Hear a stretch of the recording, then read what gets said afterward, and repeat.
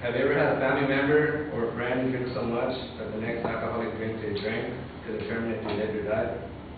I did, and near-death experience changed his life for the best. It made him stop drinking. Today I want to warn you about the long-term health dangers from excessive drinking. I have been researching this topic for about 2 weeks, and I have taken this information to refer back to the dangers that heavy drinking can cause. I'm sure as college students, we have or have witnessed others drink excessively and consistently, to the point where the drinker is oblivious to the health risks they can develop. Today I will discuss long-term health dangers caused by heavy drinking, which are liver inflammation, cirrhosis of the liver, alcohol-related diseases, and cancer. The first common risk that I would like to warn you about is liver inflammation and cirrhosis of the liver. People who are heavy drinkers can develop alcoholic hepatitis and cirrhosis of the liver. Alcoholic hepatitis is also known as liver inflammation. And according to Informative.MPG, alcohol abuse can cause alcohol hepatitis because the metabolites are toxic to liver cells. And here's one example from Informative.MPG. If a person takes 150 grams of alcohol daily for about 5 years, 90% of them will have various liver damages. For 10 years, 34% will have chronic hepatitis, and about 25% will progress to cirrhosis, which is scarring of the liver. And we should have a picture here of what a normal liver should look like on the left.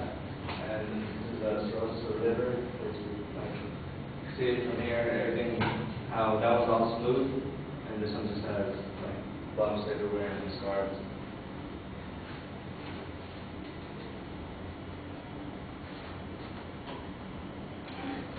Here are some symptoms of alcoholic hepatitis: yellowing of the skin, the eyeballs, urine, and they occasionally get fever and abdominal pain. And I'm going to show you a picture of how the eyeballs turn yellow. And it's one of those signs. Okay, you can see that's pretty bad. And this shows the sign of the liver actually failing. And it's failing, or either you've already developed cirrhosis in the liver.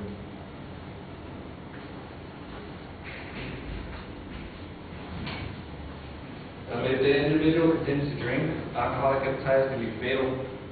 On the other hand, if they do, the condition can be reversed. However, cirrhosis of the liver cannot be reversed. American family physicians say that when the liver has a lot of scar tissue, blood will not easily flow through it. A liver with cirrhosis cannot remove the harmful toxins from your blood like it's supposed to. And I'm going to show you a picture of how it is working.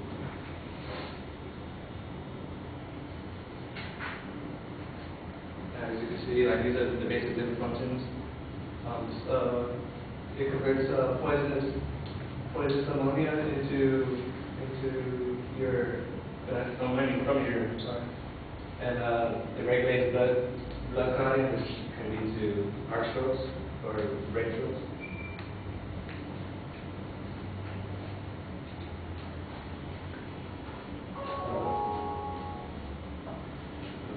As a result, your liver can stop working.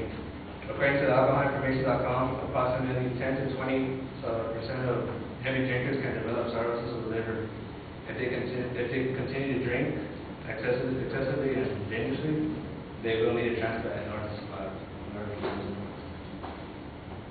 The second health risk I would like to warn you about is the alcohol-related heart disease. Long-term heavy drinking weakens the muscles of the heart and causes a condition called alcoholic cardiomyopathy. According to collegedrinkingprevention.org, alcoholic cardiomyopathy is when the muscles of the heart, like they're supposed to be tied together, and it just ends up being like loose and stretched out, and to the point where it's not able to function anymore, and it won't function properly. And as a result of this, the heart cannot pump blood for the organs, and that is what causes tissue damage. And I'm going to show you a picture of how that works. This is the insufficient blood flow. Like you see the clotting right there, all the plaque from the blood not being able to go to your heart.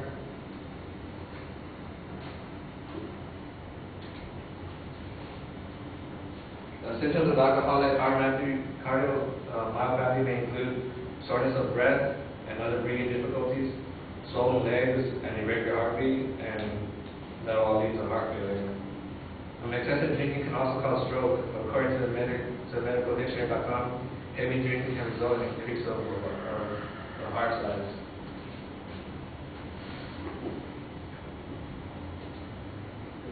Here we're comparing how normal size heart should be, and it's not. It's not big screen. This is how it should look. This is an enlargement caused by it.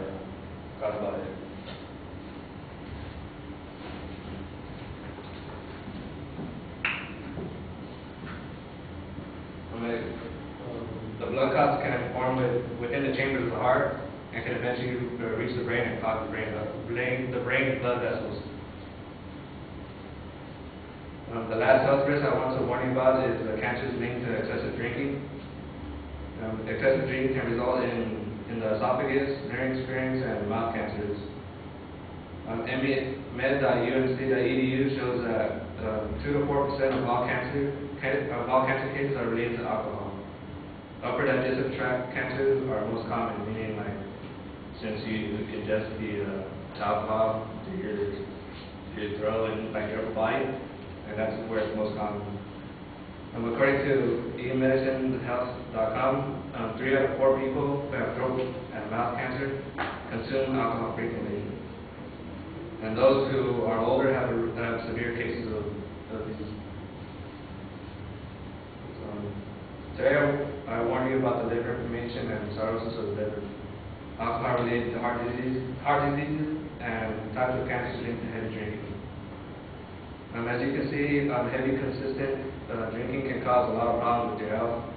I hope my warning today helped to raise awareness of health dangers that come along with excessive drinking.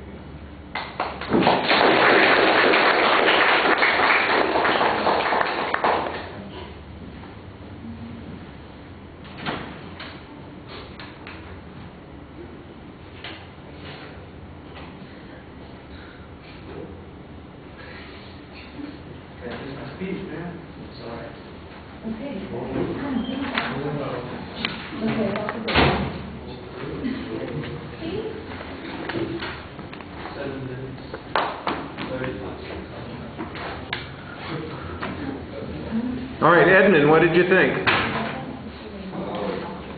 was pretty good, you know, doing qualified this week. Yeah, give me at least 5 things about the speech. You can pick whatever things you want to talk about. If you want to follow the sheet, that's okay. Well, you could visualize pretty good everything changes that you're talking about. The information that you all laid out, some of the figures. So some of the things I think you can improve, you're reading most of your cards.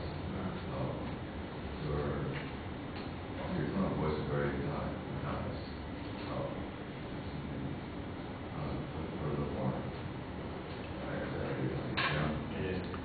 Jeremy, you can come sit down. You look like a target sitting up there. I'm sorry. I should have had you do that right after your speech.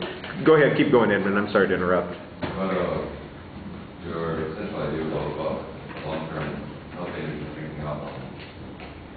That was pretty good. It's very good.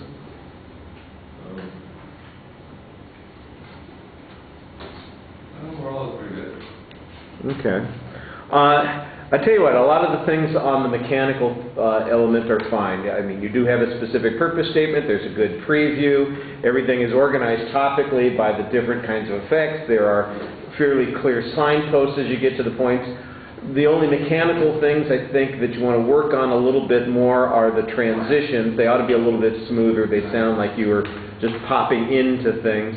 And then the content issues, that's where I have the biggest issue that's going on here. This sounds like an oral report, you know. Let me talk about the 4 diseases or the 3 or 4 things that are going on here, and we get a little tied up in that, and it's not made very interesting. It's like I'm listening to the Wikipedia or some brochure being read to me, and you don't want it to be that way. This is where we could use some examples of a person who's had these kinds of experiences or the difficulties that they faced.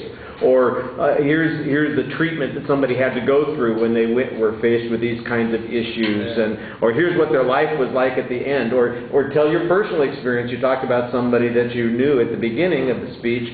Maybe you could weave that as a thread throughout the supporting points and make it a little bit more interesting. It's not that you did anything particularly wrong. It's just that it needs to be added to and made a little bit more interesting. I like the citations. You did a good job citing material. I liked all the visuals for the most part. They're integrated pretty well into the speech. I think maybe that one slide that had all the elements of the liver in it, you could have skipped, because you don't really talk about it. There's a lot of stuff on the screen, and you don't need all of that. But everything else was pretty good. Maybe recognize, for instance, that you need to dim the light for one of the slides at least. It was kind of hard to see the jaundiced eye there. And you can close, for instance, the window there, or maybe turn off the one set of lights there. You don't want to give your speech in the dark, but that was the only one that was a problem. Everything else was very easy to see because it was mostly white and black contrast on those sorts of things.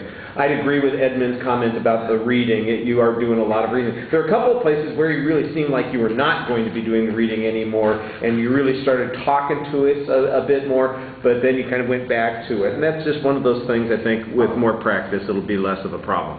All right.